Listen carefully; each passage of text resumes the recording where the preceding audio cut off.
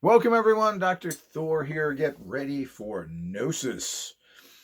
Well, I've talked about Bruce Lee quite a bit, and there's been quite a bit of interest when I posted my first that one of the most overrated people, Bruce Lee.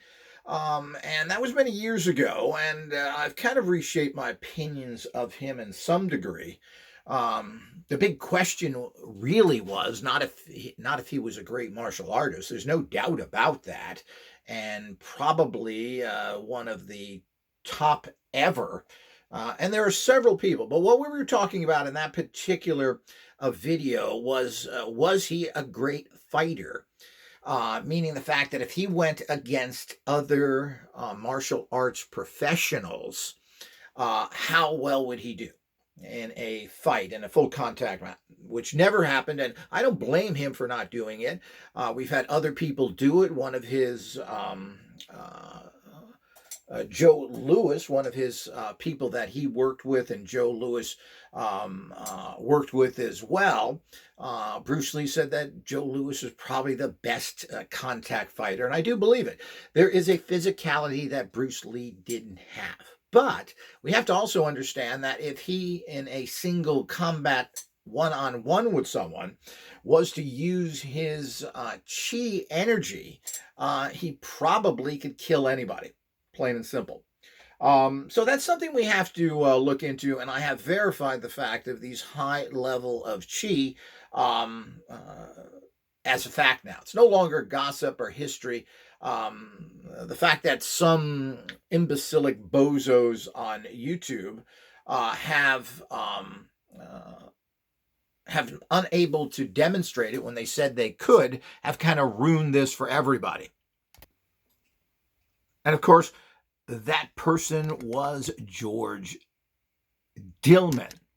Now, he was tested by National Geographic magazine, which, first of all, is not necessarily the end all be all test. And the fact that somebody can't do something at one particular time doesn't necessarily condemn that person or even the thing being studied. But he was made to look like a fool, and then he babbled, saying the most ridiculous stuff, making him look like a fool and discrediting. Now, George Dillman was a very accomplished regular martial artist. He somehow got into this whole chi movement. I believe that this was his way of moving ahead of the crowd of many talented martial. There's an awful lot of very talented martial arts people out there.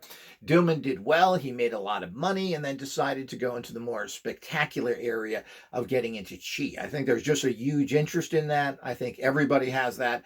And I believe that he saw himself making a lot of money there, and his books have sold. He's got schools and everything else all over the world. So he's done very well with that, even though his disgraceful show on the National Geographic testing and then him talking about silliness is ridiculous. But I never, I've watched George Dillman in many different interviews. He almost comes off to me as semi-autistic.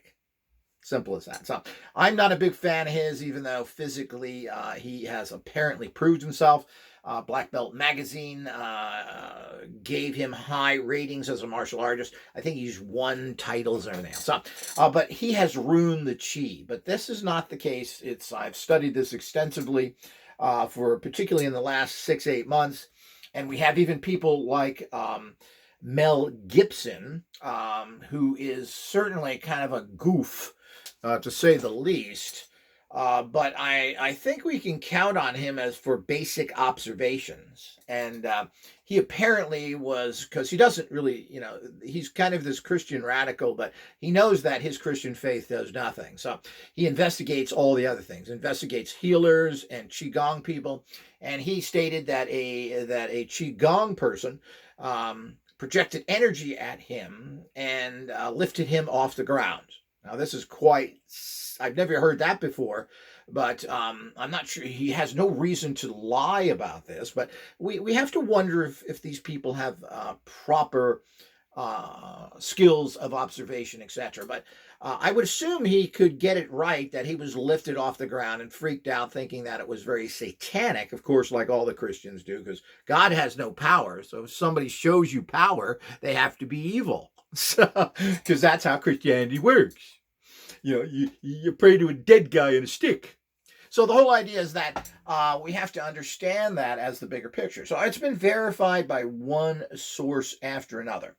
And a lot of it has been filmed. And there was even a British guy who went around the world filming this. And I believe that was like 25 years ago. I'm still kind of looking for this. But he made a whole series of this and went to Chi Masters around the world. And of course, this has been demonstrated by many different people. The problem is it hasn't been documented properly and done properly. And then you have people who are basically disinformation agents trying to destroy everything. The dumb bunkers like Brian Denning, Penn Jillette and his mute little buddy. The point is, all of these people have worked against this. And of course, an entire organization has been funded. Of course, the unamazing, thank God he's dead, Randy. And his organization is still going. But as far as I know, there aren't any established people looking to establish, even though there are a lot of alternative thinking groups, etc. And basically, they've done nothing. And the Jeffrey No Proof Allowed Mishlove has contributed to this by not showing any proof except talking about stuff. People don't want to look at talking heads. They want to see things. So, the worst enemies of this entire field are the people who are in it themselves. Really sad. So the point is, Bruce Lee demonstrated the kind of force he could do with his 1-inch punch. And this was demonstrated many times where he could hit somebody and knock them back about 5 or 6 feet from 1 inch. And I believe he actually made physical contact with the person. And he did this deliberately so he wouldn't give away the secret of non-contact effects. Now, they brought in other people at the same demonstration, and this is on YouTube somewhere. They brought in Joe Louis, the famous martial artist, not the boxer, and he went first, and he used all his physical strength. He was a big, heavy guy. And basically a person who was a pretty nasty hillbilly fighter. So he didn't like them no-contact matches, so he brought in full-contact karate and won a few titles and so forth. But the bottom line is he went first, and the guy was knocked back a foot or two, which is what you would get from a physical punch. Bruce Lee did it, and I believe he didn't even use padding, while Joe Louis did. And Bruce Lee knocked the person down 5 or 6 feet. Now, again, we have to be careful here, and we're assuming, of course, if you think that a martial artist has a brain, you're in trouble. So the whole idea is we're assuming this was fairly legitimate, and a lot of people do things to please their master. So Bruce Lee hit me, I go back 10 feet. So this is what they do because they're lying. And so we never know if you're using your own students, if they're honoring you by saying you have great power when you really don't. So we don't know. But the bottom line is it appeared that he had this great chi power, and that's what his 1-inch punch was. Now, if you're in combat with somebody and you can use that strong enough and hit them in the right area, you could potentially disable or kill them. We'll never know this because nobody's going to demonstrate it either. These are secrets, and Bruce Lee was greatly hassled, and my respect for him, this has gone up dramatically, especially reading this book. This is a great book, The Legend of Bruce Lee by Alex Ben Block. It's a fairly difficult book to get. I mean, it's old, and I don't think it was very popular. Let's see when it was published here. And that's the other thing I like about this book in general. It was published in 1974, soon after his death.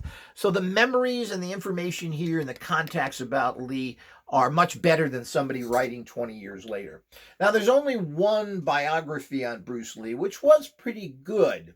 But I think the writer of that was kind of a simpleton and doesn't understand the more complicated aspects of life and how corrupt and devious the world is.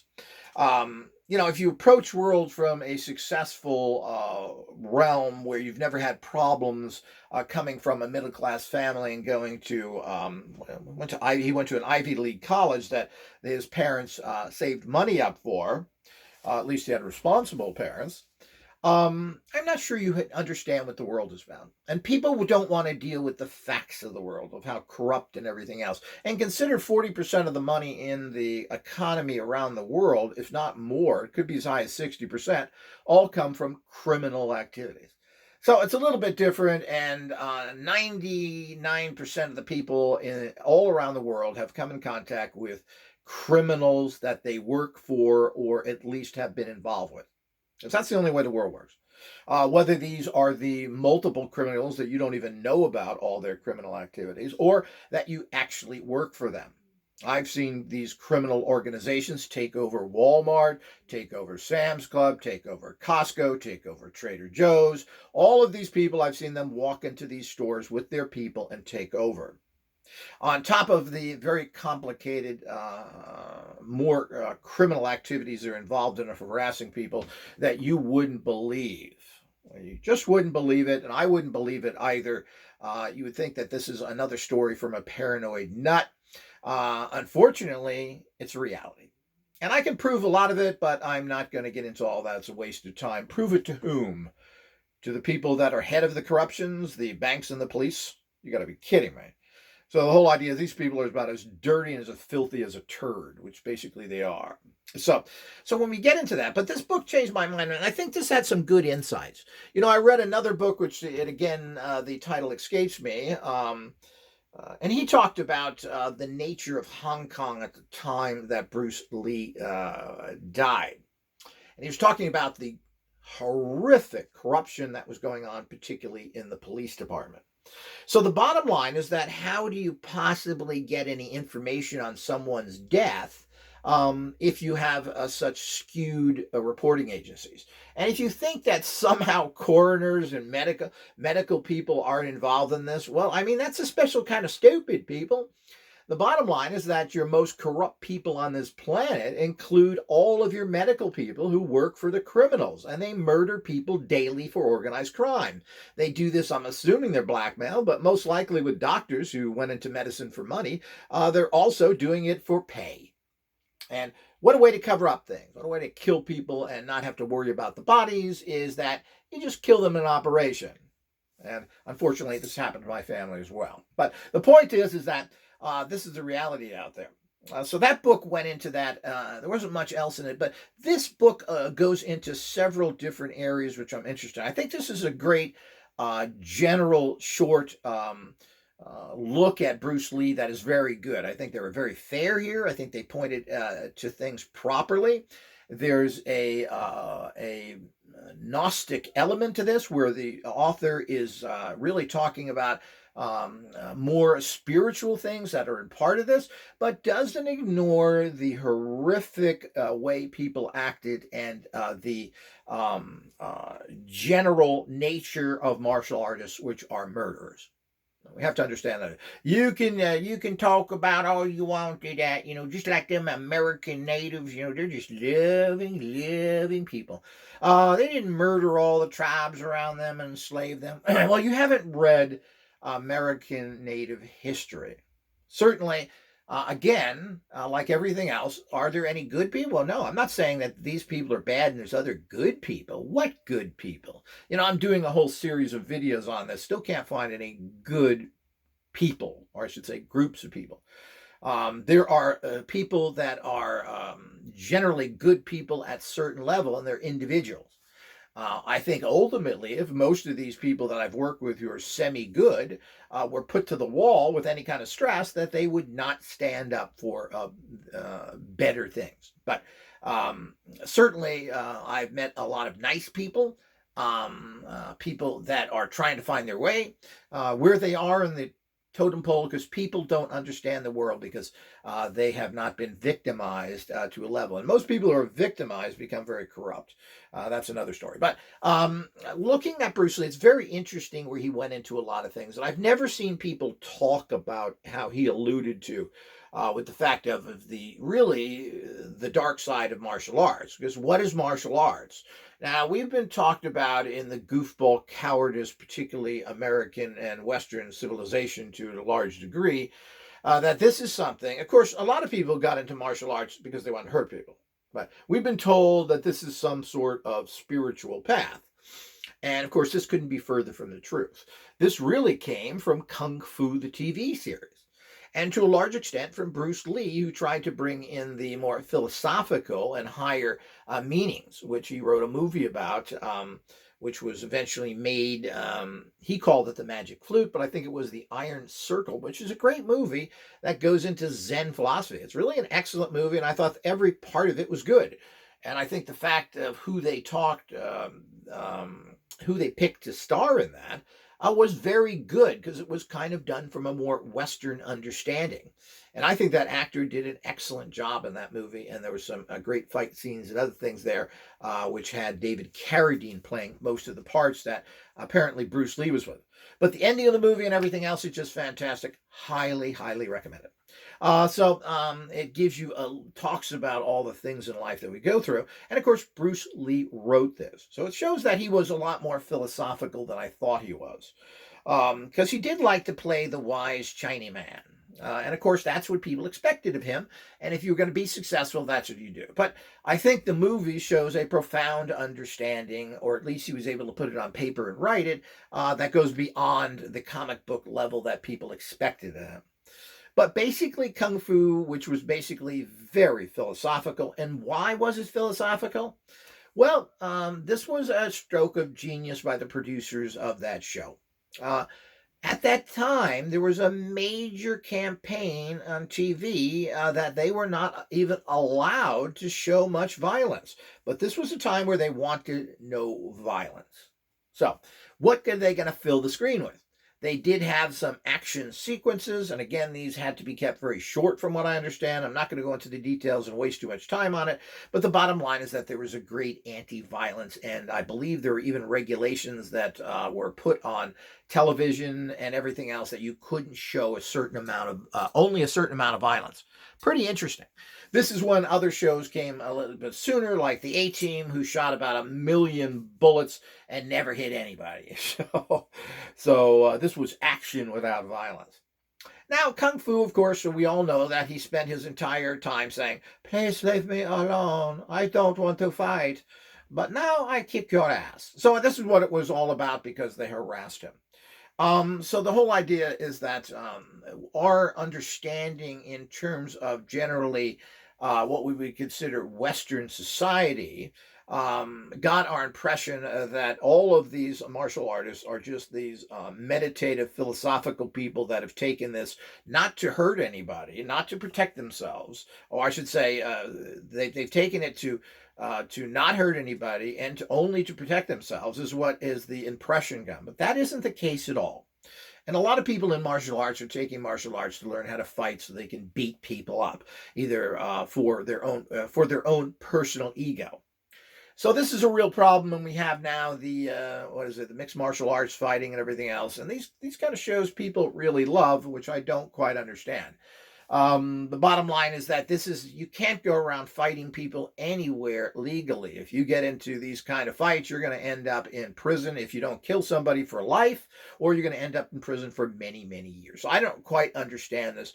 People want to learn how to defend themselves, which certainly makes sense. But in a day of multiple attackers, martial arts is almost worthless. So, because nobody will attack you by this. Another thing that people lie about, and you go to martial art, this one-on-one combat reminds me of the old westerns where you walk down the street facing each other, and whoever can draw the quickest. Do you think that ever happened? Well, I think that if it did ever happen, it maybe happened maybe 1.5 times. People don't do that. People shoot you in the back or ambush you, etc. That's the history of these kind of fights. They didn't go and do that. Nobody's going to do that. And secondly, if you're in the right, are you going to let some hoodlum, who can draw faster than you, kill you? Because you're the low man? Well, this doesn't even make any sense. So it's a bunch of Hollywood nonsense, but you think it's reality, as all of our knowledge that we 100% believe in is nothing more than urban legend that we've heard from somebody else, read in a bad book, or saw in a bad movie, or had some uh, Dumbo teacher tell us that, which is pretty much all teachers are Dumbos. They're ill informed, they know absolutely nothing, period. And they pass on their ill informed disinformation to you. And some of it's even institutionalized by the crappy books that teachers have to teach with, which apparently are all screened by an organization from Texas, the head of the criminals of the United States. So the whole idea is that we have all these problems, but it goes into Bruce Lee, which is very interesting. So I think Bruce Lee was much more powerful and effective than I originally thought he was. But again, we're still going, when you have physical fights, as we have now in mixed martial arts, I mean, it is very dependent on how big you are, because you're going against somebody with similar skills. So unless you're using something that they don't have at all, like deadly chi power, you are going to get involved in a physical fight, muscle on muscle, pound on pound. That's why in boxing they have classes: lightweights, heavyweights, medium weights, goofball weights, idiot weights. They have all these weight classes, and they have it for a reason. If you've ever seen a giant guy and a small guy in front of him fighting, and I've seen this in different areas, it's almost ridiculous. This guy is 6'6" and you're 5'4". The point is that they're a massive problem. So you think you're going to move fast enough and punch him into balls and do whatever, that you're going to knock him down. I think that's pretty imbecilic to think it works like that. But this book goes into the fact of talking about the dark side of martial arts. Now, martial arts is there to kill people. That's what it was done about. It wasn't there to defend yourselves, because defending yourself does not stop your opponent. The bottom line is these people got into martial arts so they could kill their opponents, because that's how you eliminate an opponent. You don't eliminate your opponent by letting him get up and walk away, or maybe injuring him so his buddies can come and finish you off. There is an entire aspect of martial arts, and he brought up ninjas and other things. Well, these were assassins, but these were martial artists. And martial arts doesn't mean just using your fists. It means using swords, weapons, and all sorts of things. And of course, the ninjas were known to use all sorts of things, and so were many others.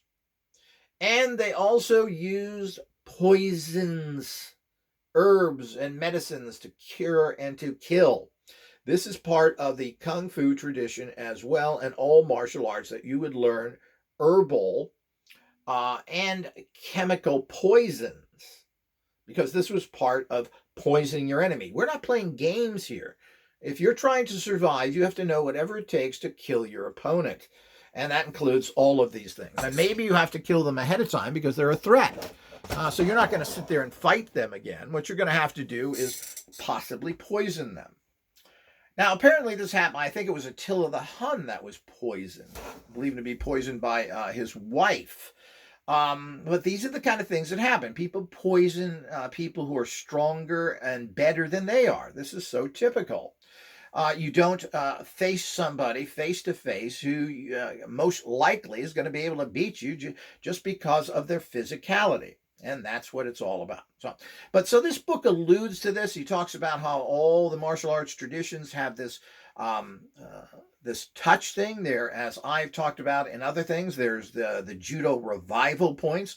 There, the martial artists knew how to revive people. If people were knocked out, if they were even semi-dead, they would pound on different meridians and other places to bring them back to life. And we had, there is a whole book on that.